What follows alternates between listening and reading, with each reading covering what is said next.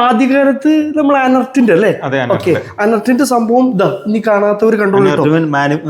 System ആണ് അത്, automatic അല്ല. അതെ അതെ അതെ, നമുക്ക് കറണ്ട് പോയി കഴിഞ്ഞാൽ അതിലേക്ക് മാറ്റണം. സോളാർ ആണെങ്കിൽ ലൈവ് വർക്ക് ചെയ്യണം. ആ ഒരു മെത്തേഡിന്റെ ഒക്കെ നമുക്ക് ഇതിൽ ഒതുങ്ങിയല്ലേ?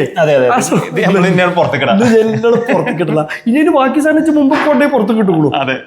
ഓക്കെ ഓക്കെ, ആ ഒരു സാധനം ഇത് നമുക്ക് പറയാം അപ്ഡേറ്റ് ചെയ്തിട്ട് കറണ്ടിൽ പ്രവർത്തിക്കുന്ന, സോളാറിൽ പ്രവർത്തിക്കുന്ന, ബാറ്ററി പ്രവർത്തിക്കുന്ന ഒക്കെ തീരുമാനിക്കുന്ന MPPT ആട്ടോ. അതും നമുക്ക് ഈ ഇൻവെർട്ടർ നമുക്ക് അതിൽ കൺട്രോൾ ചെയ്യും. അപ്പം നിലവിൽ ഇവിടെ ഇവർക്കൊരു ഓഫ് ഗ്രിഡ് സിസ്റ്റം ഉണ്ടായിരുന്നു കേട്ടോ, ഒരു 10 വർഷം മുമ്പല്ലായിരുന്നു സാർ. അതെ, ഓക്കെ. അവർക്ക് നമ്മളൊരു ലിഥിയം ബാറ്ററി വെച്ചിട്ട് 5 kW സ്റ്റോറേജ് ഉണ്ടാവും കേട്ടോ.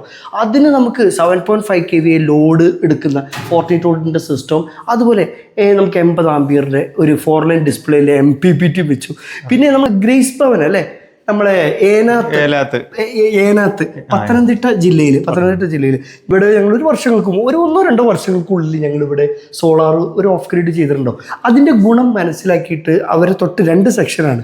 ഇവിടെ ലിഥിയം ബാറ്ററി വെച്ചിട്ടോ അവിടെ ട്യൂബ്ലർ ബാറ്ററി വെച്ചിട്ടാണ്. ഇത് ഓട്ടോമാറ്റിക് ലൈറ്റ് ഒന്ന് കാണിച്ചു കൊടുക്കും. ഇത് ഓട്ടോമാറ്റിക് ലൈറ്റ്, ഇതിൻ്റെ ഡിസ്പ്ലേ കാര്യങ്ങൾ, BMS കാര്യങ്ങളൊക്കെ, ഇതിൻ്റെ വോൾട്ട് ഷെയറിങ് കാര്യങ്ങളൊക്കെ ഇതിൽ കാണിക്കും കേട്ടോ. ഒരുപാട് ഓപ്ഷൻ ഉണ്ട്. എൻ്റെ വീഡിയോയിലേക്ക് നമുക്ക് ഡീറ്റെയിൽ ആയിട്ട് പിന്നീട് പോകാം. ഇതാ അങ്ങ് ദൂരെ കാണുന്ന പാനലുകൾ ഞങ്ങൾ ഏതാനും വർഷങ്ങൾക്ക് മുമ്പ് ചെയ്തതാ. ഇപ്പോൾ നമ്മൾ അനർട്ടിൻ്റെ ആ ഭാഗങ്ങളിൽ ഇത് മാറ്റിയിട്ട് നമ്മൾ പുതിയ സോളാർ പാനൽ ലിഥിയം വെച്ചിട്ട് ചെയ്തതിൻ്റെ പാനലുകളാണ് ഇപ്പോൾ നിങ്ങൾ കാണുന്നത്.